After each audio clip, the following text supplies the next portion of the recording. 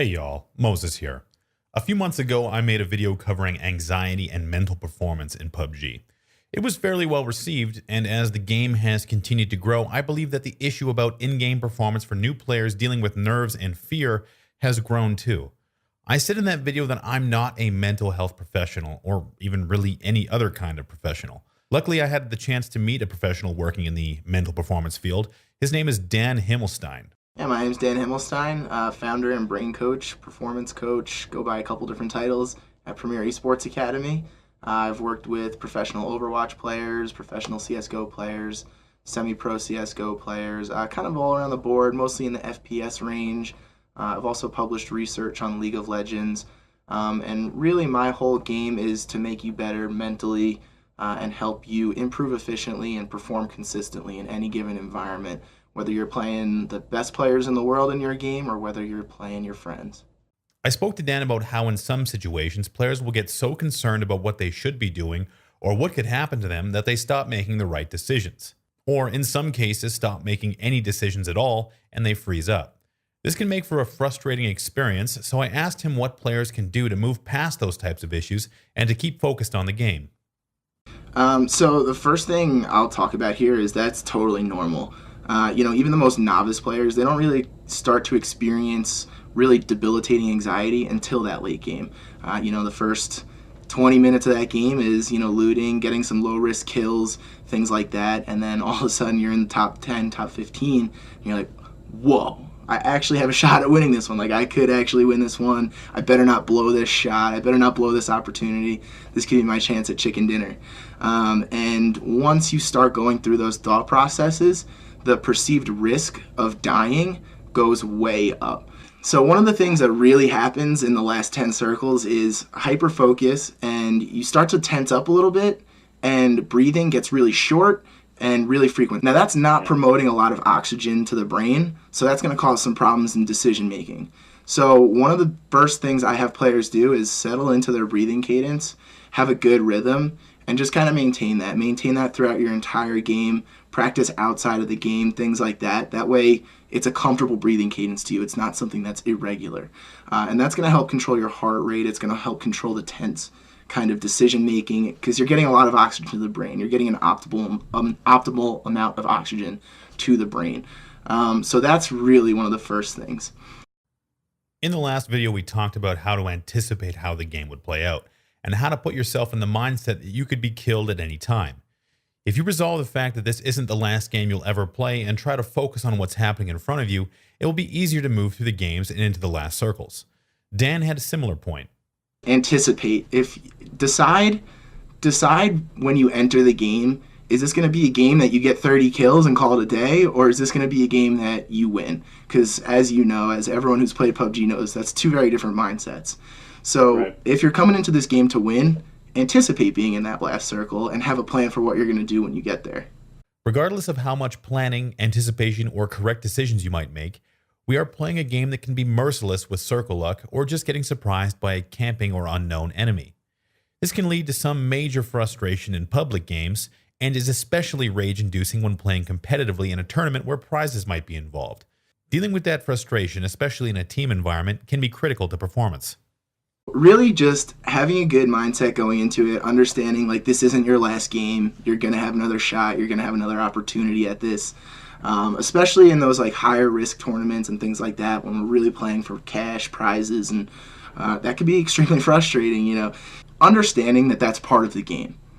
Part of the game is you might drop 3 times and get past the first area, 1 out of those 3 times. Understanding that there are pieces of that part that can be improved upon. Taking a look at those types of games that are really pushing you over the edge and getting you super frustrated, taking a look at them and saying, okay, well, what can I still gain from this game? Like, how in some sort of way can I make this not a waste? You have to take something from that game and you have to get better with it. It kind of comes back to that whole mindset, just going into it, knowing what you want out of that game. Sometimes it is best to just take a step back. And that can be kind of tough with like really restricted practice regimens and things like that. But it's important to know your limits. Know when you're gonna not play any better because your day or your training session you just rage too hard and you're at your cap. So knowing those limits, and then still getting something out of them. So that way, when you look back at that game, it's not going to be a game I was super mad about because I learned something from it. I was able to take something away from it.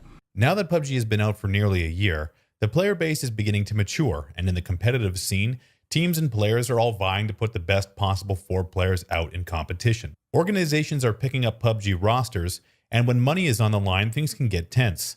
When it comes to climbing the ladder and trying to get signed to a professional organization, it's not just the game-to-game stuff that makes one team better than the rest. I asked Dan what factors go into making a high-performing squad.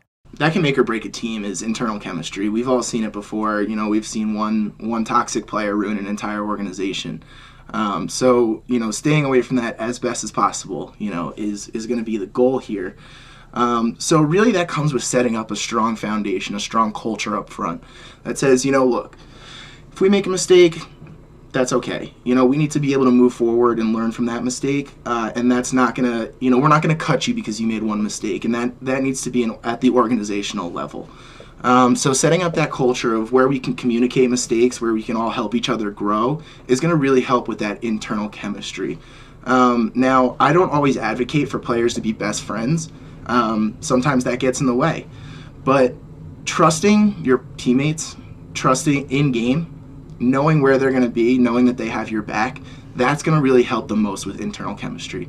If you can trust that in-game, that everyone's going to do their job, everyone's going to play their part, that's going to really help the most with internal chemistry.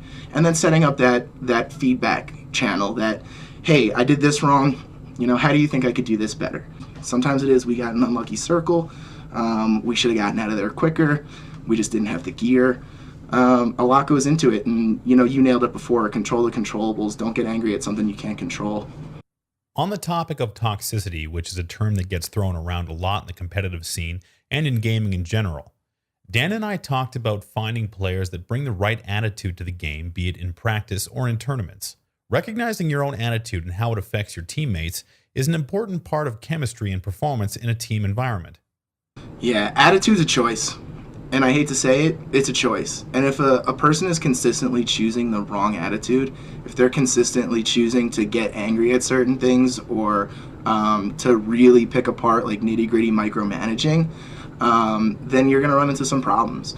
So making sure that your players are staying motivated, staying happy, that's going to be huge.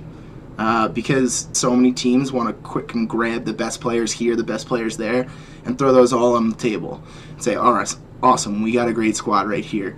But that doesn't always set up for the best foundation. You have to really set up the culture up front when you first establish the team. You have to say, look, this is going to be our expectations for communication, whether we're going to hold a session a week and just have a feedback session and rap about, what we could all do better, what we all need to improve on. That's awesome. Thank you for taking the time to watch this video.